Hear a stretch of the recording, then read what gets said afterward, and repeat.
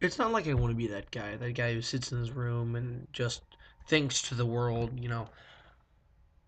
But in the same sense, I want to be that guy who sits in his room and just thinks to the world because I think a lot. I think too much.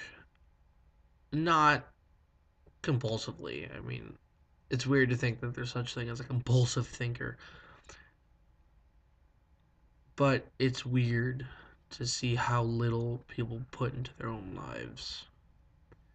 How little they strive to understand what's in front of us.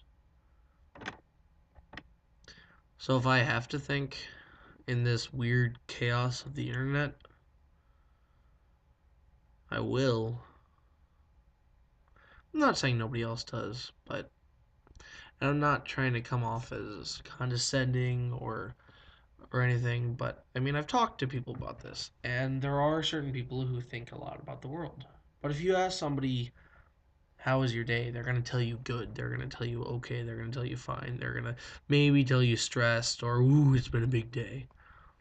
But it's just such a simple question that you hear every day that you could think about just for an extra 2 seconds and actually give a truthful answer. Because if you think, you're thinking about two things: what actually to say, or what to say to not say what you mean. So either to tell the truth or to lie, and how that works out and how you want to weigh it out.